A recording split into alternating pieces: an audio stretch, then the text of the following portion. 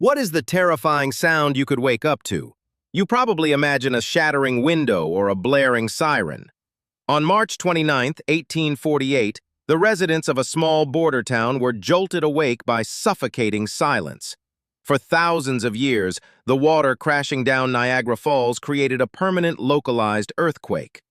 The continuous roar was baked into the psychology of everyone living within a 20-mile radius. And then, at exactly midnight, the greatest waterfall on the continent turned off. It didn't slowly trickle down, it instantly stopped flowing like a cosmic faucet was shut tight. You would think the sudden quiet would be a peaceful relief. It absolutely was not. Bro unplugged the waterfall. The abrupt lack of acoustic violence sent the population into apocalyptic panic. When the permanent roar vanished, thousands jolted out of bed in terror.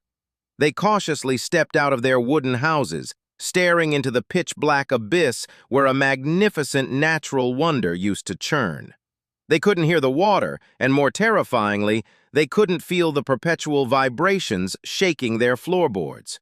This wasn't the era of rapid weather alerts. This was the mid-19th century, where any inexplicable anomaly was attributed to divine wrath. The immediate conclusion for shivering citizens was that Judgment Day had arrived.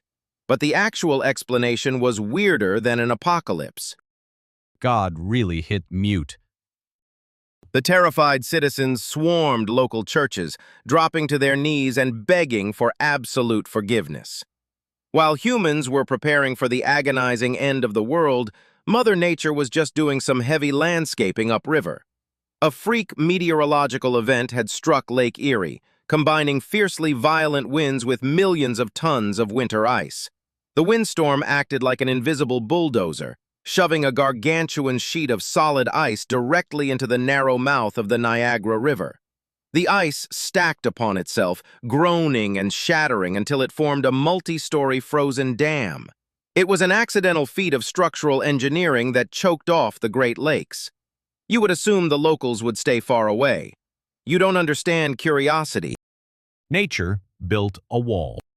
When the sun finally rose over the panicked towns, the apocalyptic terror was instantly replaced by a wave of dangerous, unadulterated greed. The mighty Niagara River had completely vanished, leaving behind a massive canyon of exposed, stinking mud that hadn't seen the sun in thousands of years.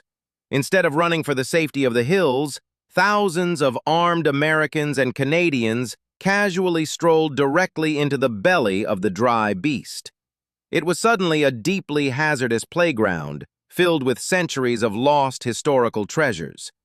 People started unearthing rusted British bayonets, heavy tomahawks, and hundreds of muskets lost during the War of 1812.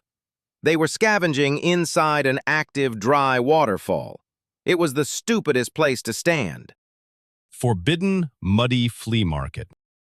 The casual treasure hunting quickly escalated into a full-scale corporate looting operation right on the dangerous river floor.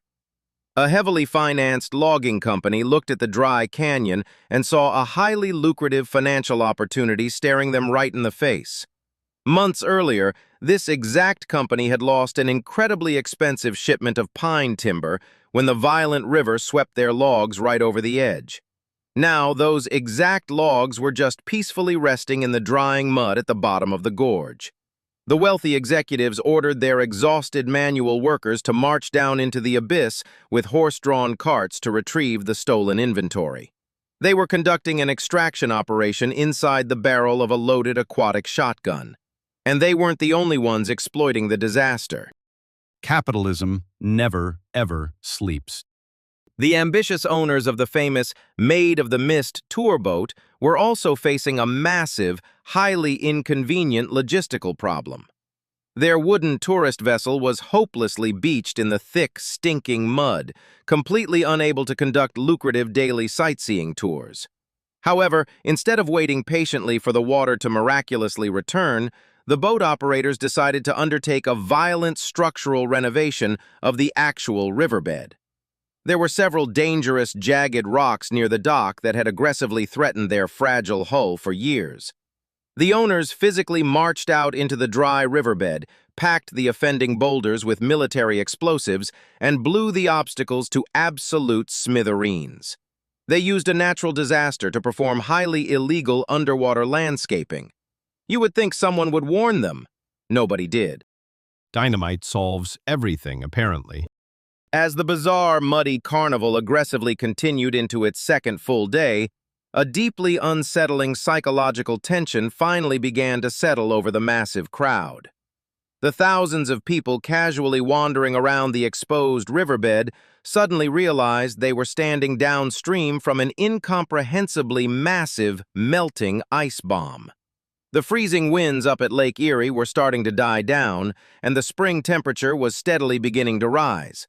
The gargantuan frozen dam choking the mouth of the river was groaning, cracking, and physically struggling to hold back millions of tons of furious, pressurized lake water. The sheer weight of the entire Great Lakes system was pushing against a fragile wall of temporary winter slush. Every single person in that gorge was playing a horrific game of Russian roulette. The invisible clock was ticking down to zero. Literal ticking ice bomb. The sun eventually set on the second day, violently plunging the dry, rocky canyon into complete, terrifying darkness once again. The massive crowds of opportunistic scavengers and heavily armed treasure hunters finally decided to climb out of the deep gorge, returning to the relative safety of the elevated riverbanks. An eerie, suffocating silence gripped the border towns once more, but this time, it was laced with the inescapable anticipation of absolute destruction. Sometime deep in the freezing night, the heavy winds completely shifted direction, releasing the massive meteorological pressure that pinned the ice dam against the rocky river mouth. The gargantuan frozen plug began to violently shatter, emitting massive acoustic cracks that sounded exactly like heavy artillery fire echoing through the dark valley. The temporary structural integrity of the ice dam was officially breaking. Water always wins, bro. The catastrophic release of the blocked river did not happen with a gentle, slow trickle of peacefully returning water.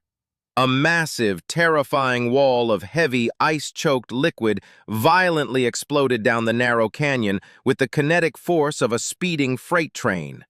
Millions of gallons of pressurized water, carrying jagged car-sized chunks of solid ice, aggressively roared toward the massive cliff face of the legendary falls. The acoustic violence of the returning river was utterly deafening, shaking the bedrock and physically vibrating the wooden houses of the terrified locals. The massive aquatic payload forcefully slammed over the rocky precipice, violently crashing into the basin below and instantly annihilating any remaining evidence of the muddy playground. It was a spectacular, terrifying display of planetary power reclaiming its stolen territory in mere seconds. Nature hitting the reset. If the massive ice dam had broken just 12 hours earlier, it would have been the single largest mass casualty event in the entire history of the region. Thousands of casual tourists, heavily armed scavengers, and exhausted corporate loggers would have been instantly vaporized by a multi-story wall of violently churning ice and water. But purely by blind, stupid luck, the terrifying aquatic bulldozer violently swept through the narrow canyon when it was completely abandoned for the night. The mighty Niagara Falls had successfully returned to its normal, deafening roar, instantly restoring the permanent localized earthquake that the terrified citizens had desperately missed. The biblical apocalypse had been officially canceled, replaced entirely by a localized tsunami of melting winter slush. You would think humanity would learn a valuable lesson about the unpredictability of nature. They absolutely did not. Humans are basically cockroaches. Decades later, the United States government looked at the historical record of the miraculous ice jam and decided they could actively do it better. In 1969, the Army Corps of Engineers executed a highly complex, aggressively expensive engineering operation to intentionally shut off the American side of the falls. They spent massive amounts of taxpayer money to construct a temporary rock dam, physically diverting the heavy river just so they could study the geological erosion of the cliff face. They actively recreated the terrifying 1848 meteorological disaster, but this time they did it with heavy construction equipment, massive dump trucks, and endless government funding. Nature violently turned off the magnificent waterfall by total accident, and humanity's immediate response was to figure out how to weaponize the pause button.